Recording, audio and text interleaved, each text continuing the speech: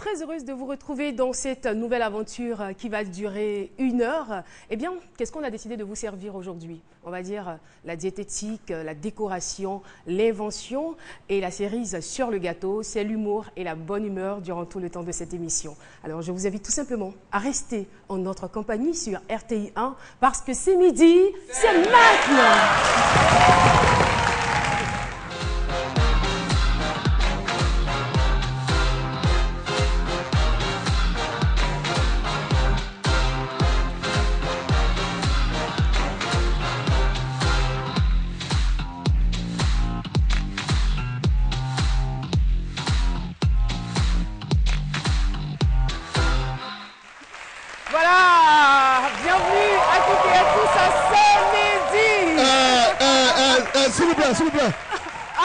S'il vous plaît. Bonsoir. Bonjour. Bonsoir, bonjour, même jeu. Bonjour. Oui, bonjour. Qu'attends? Viens, s'il te plaît, viens. Moi, je suis ton ami. Viens. C'est mon meilleur ami. Hier. Toi, ton... Ma belle. C'est lui. Honoré, vous n'avez pas mal de moi ici. Non. Calme-toi. Non, je ne comprends pas. Approche. Vous le connaissez, c'est Gayver. Qui se souvient de ce que je disais hier? Je disais que je l'aime bien, il est beau, il est mignon. Voilà. En plus, elle continue de m'insulter. C'est mignon. C'est Philo. C'est Philo qui m'insulte. Puisqu'on parlait d'artistes, de l'art, tout ça, j'ai dit que Gayver, c'est une créature de Dieu. Et donc Dieu est un artiste. Dieu est un artiste, voilà. J'ai les images. J'ai les images, ce que vous avez dit hier. Les preuves. Non, pas les preuves, les images même. Où elles sont? Dégao, pas envoyer les images, renvoie. C'est belle chose. Parce que, imaginez, un artiste. Philo, il est instruit. Non, je vais justifier. Dites à un artiste de représenter Gayver. Quand il va bien faire, Gayver va être bien chic. Mais pourquoi Gayver? Ben, c'est quelqu'un que j'adore beaucoup. Voilà, je l'aime bien, voilà, sa carrure, tout ça, j'adore. J'ai envie de ressembler à Gayver, au fait, je fais l'effort, quoi. Moi, j'aime bien sa tête. Ouais. Ah bon? Oui, son front, sa tête, oui, j'aime bien. C'est mignon. C'est charmant. C'est de l'art. Alors, tu as entendu? Son front, sa tête. Son front, sa tête. Vous avez entendu? Et puis mon front était là. Est-ce que je suis dans le musée ou bien?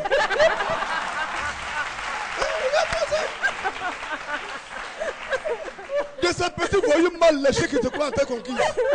Ça veut dire quoi ça? Tu me connais avant? Et puis attends. Non, c'est toi. Sur ton plateau, tu vas voir tout le monde. C'est tout le monde qui est là.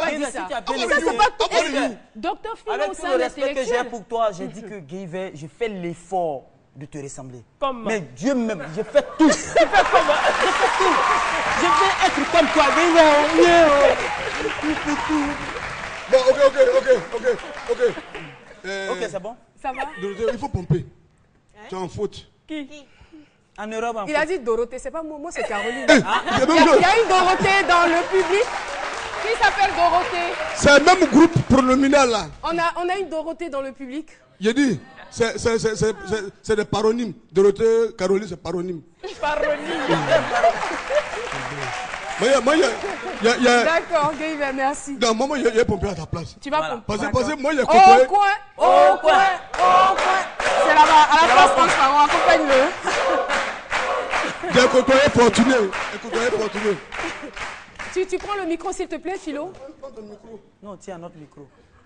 On compte 1, 2, 3, 4.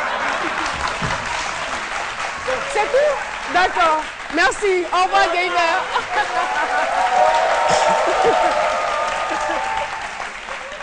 Et c'était donc Gayver, artiste, humoriste ivoirien.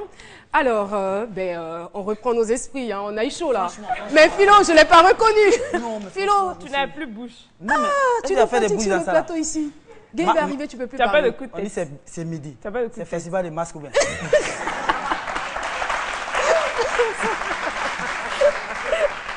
D'accord. Alors, le thème retenu pour cette émission, dur d'être dans une chaise roulante en Côte d'Ivoire. Nous allons recevoir dans quelques instants notre invité, mais pour l'heure, je vous invite à suivre Dr Philo pour sa chronique.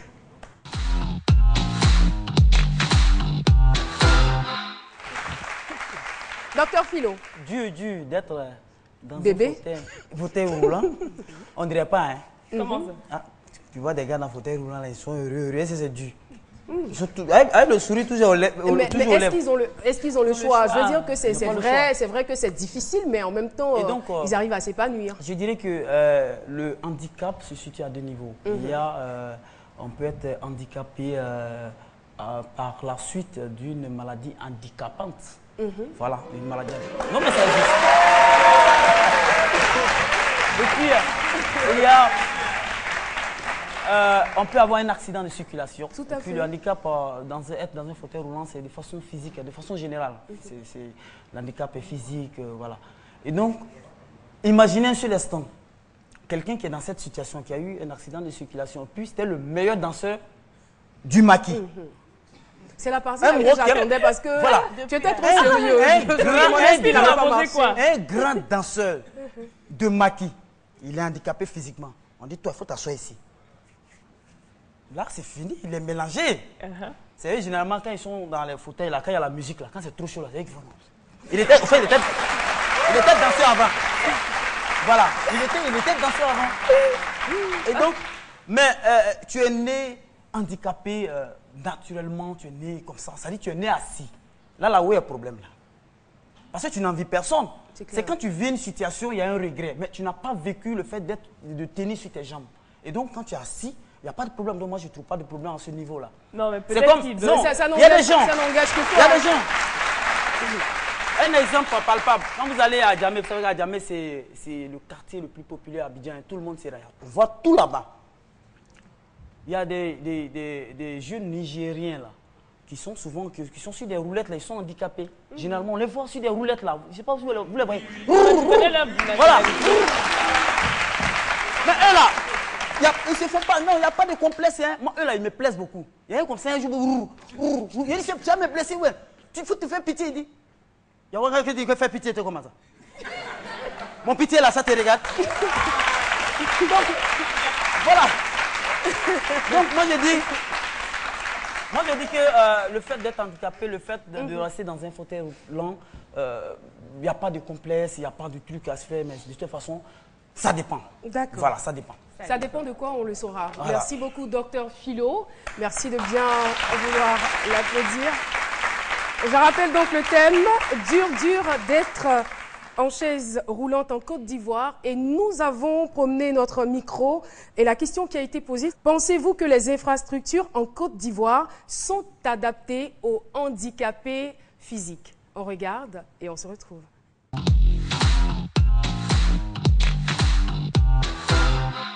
On dit que les infrastructures sont adaptées. Je dirais non. Non, pourquoi? Parce que quand les gens construisent, ils ne pensent pas concernant les ascenseurs, les marches, en fait, tout ça. Il faut prévoir tout ça dans le volet construction pour que ces personnes handicapées puissent aussi en bénéficier. À mon humble avis, je ne suis pas sûre qu'ils ont pensé aux handicapés, franchement. Hein? Je viens, en fait, moi-même de me rendre compte qu'il y a des handicapés à qui on doit penser dans tout ce qu'on fait là, dans les constructions, tout ça. Mais pour la petite remarque que je fais, on n'a pas pensé à eux, franchement.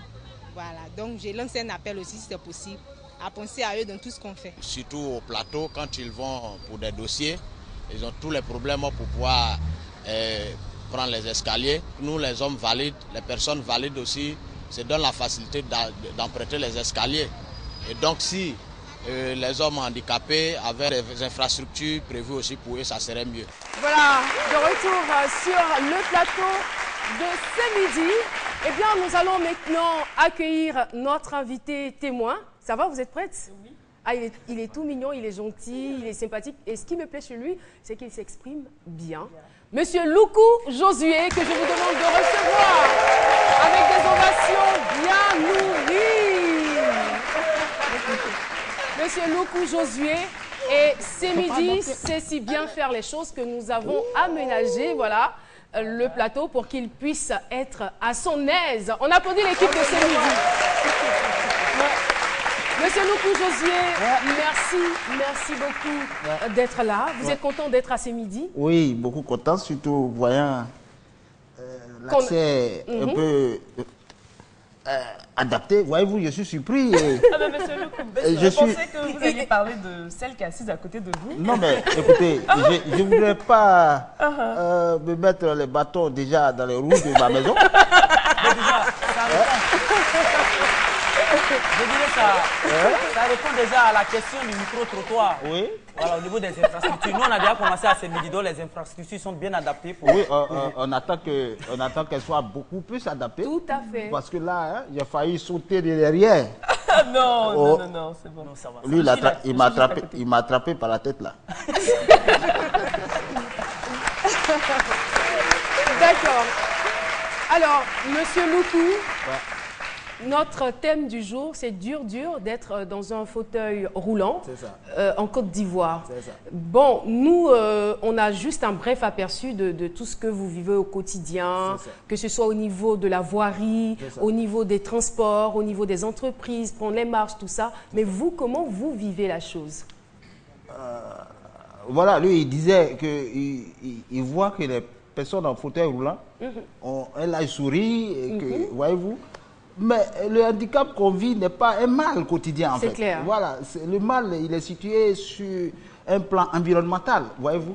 Là, on parlait tout à l'heure, vous parliez, voyez-vous, les escaliers à monter. Le quotidien, il est un peu compliqué. Il est un peu compliqué quand on n'a pas en face de nous des interlocuteurs qui comprennent que nous sommes capables. Nous avons des capacités, des potentialités. Et que dans leur mentalité, ils nous limitent seulement aux incapacités, comme je le disais tantôt, à certains, je veux dire, certains préjugés.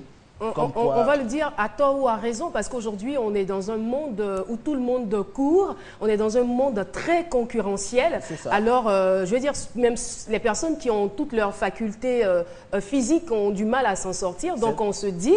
Voilà, je ne dis pas que c'est bien, mais les gens se disent, est-ce qu'une personne handicapée ne va pas me retarder? Oui, c'est ce qui se dit. Voyez-vous, là, je suis accompagné de 3 personnes.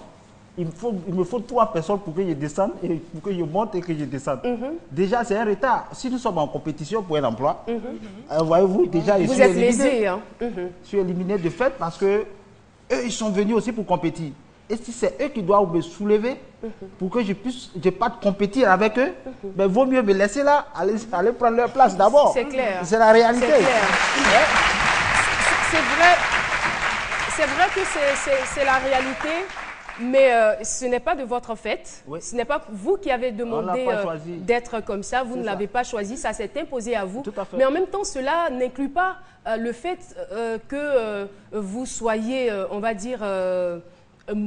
intellectuellement moins compétent que les autres. Vous êtes intelligent. La preuve, vous êtes titulaire d'une maîtrise en criminologie. Oui. C'est cela. C'est de cela qu'il s'agit. C'est de ça qu'il s'agit. C'est pour cela que quand nous vivons des situations humiliantes, telles que les refus de certains taximètres, le refus de certains, je veux dire, conducteurs de Woro banalisés, même des taxi-compteurs, vous voyez, nous vivons mal ces situations.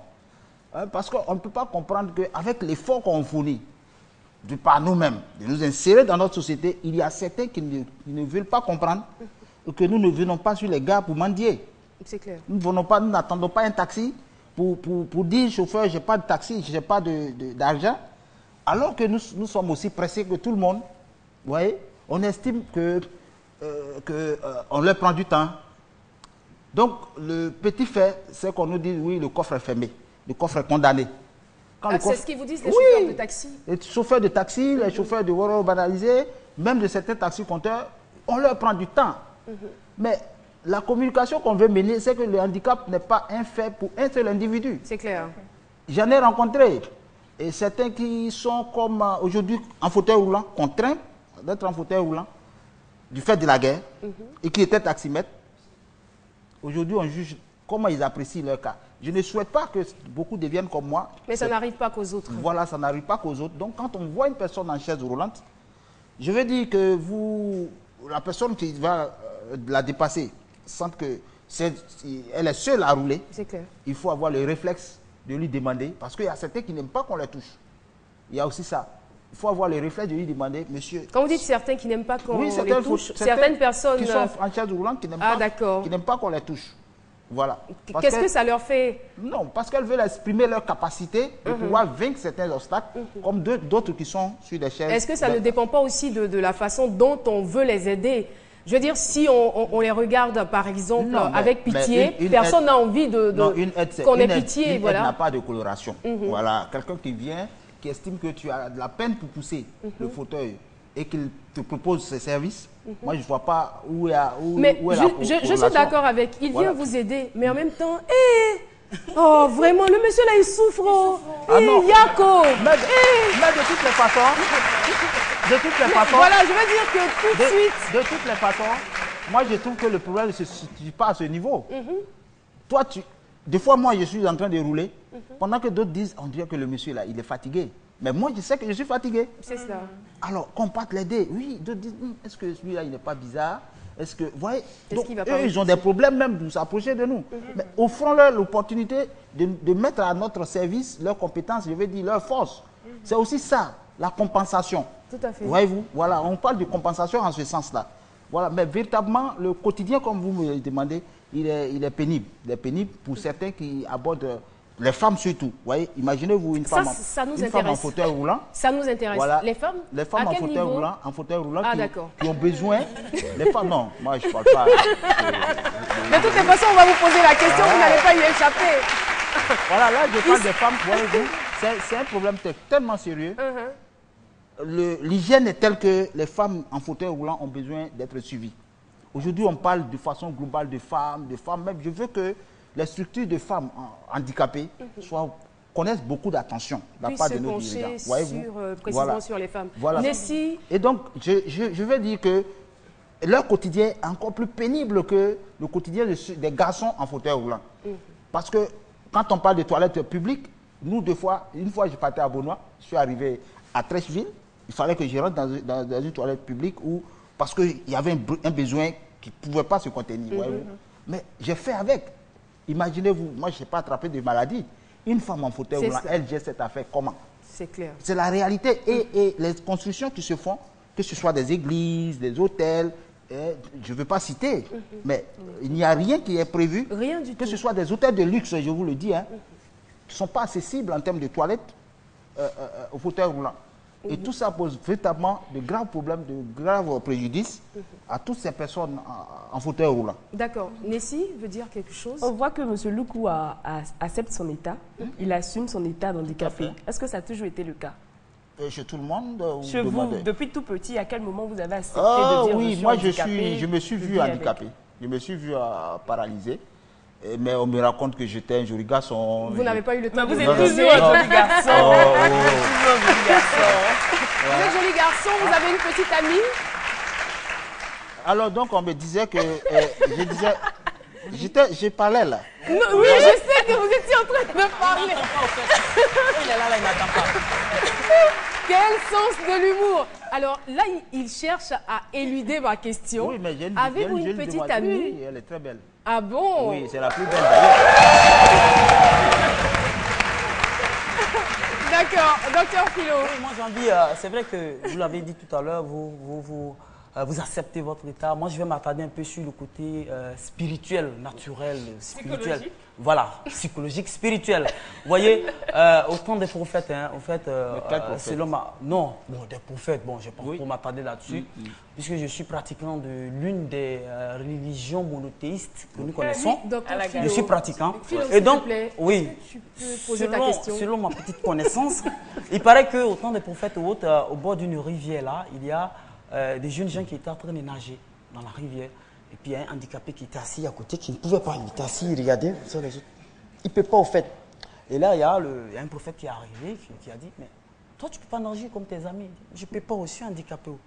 Et le prophète a imploré Dieu, dit Dieu, fasse en sorte que ce monsieur puisse nager sa mesure avec ses amis. Il recouvre ses facultés. Voilà. Dieu a dit, bon, ok, toi-même, tu vas voir tout de suite. Pouf! Le gars, tout était devenu normal sur lui. Qu'est-ce que lui a dit? Yeah! Il a plongé dans l'eau. Quand il a plongé, il a commencé à casser le cou de tout ce qui était là.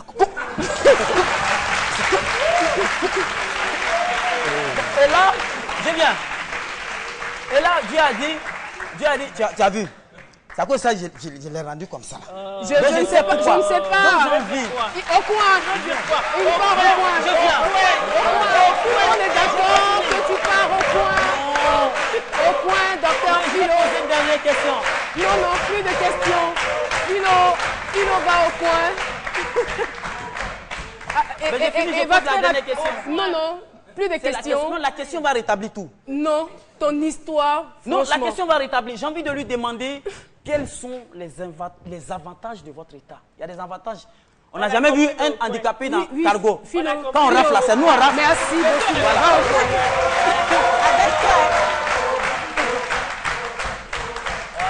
Voilà. Avec. 1, 2, 3, 4, 5. Merci.